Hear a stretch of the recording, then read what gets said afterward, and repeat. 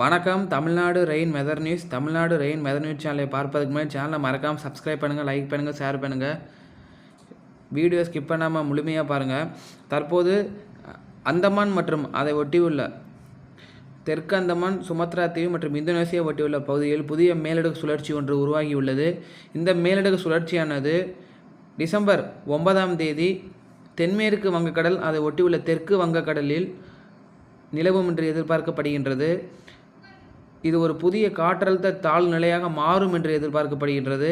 இந்த காற்றழுத்த தாழ்வு நிலை தொடர்ந்து கண்காணிக்கப்பட்டு வருகின்றது. தற்போது அது இலங்கை அருகே வரும் என்று எதிர்பார்க்கப்படுகின்றது.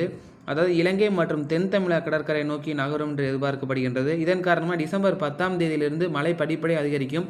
டிசம்பர் 9ஆம் தேதி தமிழக கடலோர மாவட்டங்களில் மழை தொடங்கும். டிசம்பர் 10, 11, 12 ஆகிய தேதிகளில் தமிழக கடலோர மாவட்டங்கள் ஒரு சில இடங்களில் கனமழை முதல் மிக கனமழை பதிவாகும். தமிழக உள் மாவட்டங்கள் ஆங்காங்கே கனமழை பதிவாகும். டிசம்பர் 13 மற்றும் 14ஆம் தேதிகளில் தமிழக மேற்கு தொடர்ச்சி ஒட்டியுள்ள பகுதிகளில் கனமழை பதிவாகும். டிசம்பர் 15ஆம் தேதி கேரளா ஒட்டியுள்ள பகுதியில் கனமழை பதிவாகும். தற்போதைய சூழ்நிலையில் இந்த காற்றழுத்த தாழ்வு நிலை ஒரு ஆழ்ந்த காற்றழுத்த தாழ்வு பகுதியாக மாறுவதற்கு வாய்ப்பு உள்ளது. அதற்கடுத்து காற்றழுத்த தாழ்வு மண்டலமாக மாற தற்போதைக்கு வாய்ப்பு இல்லை. இது ஒரு ஆழ்ந்த காற்றழுத்த தாழ்வு பகுதி என்ற நிலையை அடைந்து அது நம் இலங்கை மற்றும் தமிழக கடற்கரை நோக்கி நகரும் என்று எதிர்பார்க்கப்படுகின்றது. மீனவர்கள் வானிலை அறிக்கையை பொறுத்த வரைக்கும் டிசம்பர் 10 முதல் 14ஆம் தேதி வரை கன்னியாகுமரி வங்கக்கடல், கன்னியாகுமரி கடல், இலங்கை கடல், அதே போல் கேரளா ஒட்டியுள்ள வங்கக்கடல், தென்மேற்கு வங்கக்கடல், தென்கிழக்கு வங்கக்கடல் கடல் காற்றானது மணிக்கு 60 முதல் 70 கிலோமீட்டர் வேகத்தில் வீசக்கூடும் என்பதால் மீனவர்கள் அந்த காலகட்டத்தில் மிகுந்த எச்சரிக்கையாக இருக்க வேண்டும். டிசம்பர் 11ஆம் தேதியிலிருந்து 14ஆம் தேதி அந்த இடப்பட்ட பகுதிகளில் கடலுக்கு மீன் பிடிக்க செல்ல வேண்டாம் என்று கேட்டுக்கொள்ளப்படுகிறார்கள்.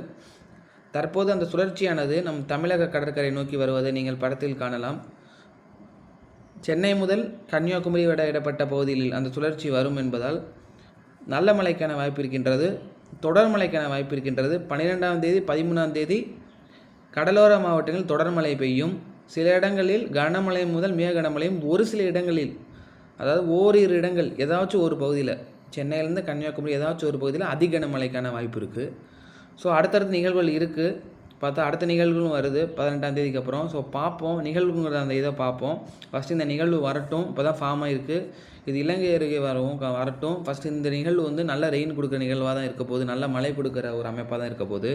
ஸோ பார்த்தாலே தெரியும். அந்த வெற்றிடம் மத்தியில் அந்த ரொட்டேட் பாருங்கள், அந்த ஈரப்பதை ஃபுல்லாக நம்ம தமிழக கடலோர மாவட்டங்களில் ஃபுல்லாக தள்ளுது. சென்னையிலேருந்து கன்னியாகுமரி இடப்பட்ட கடலோர பகுதி ஃபுல்லாக நல்ல மழையை கொடுக்குற மாதிரி அமையுது. சரிங்களா?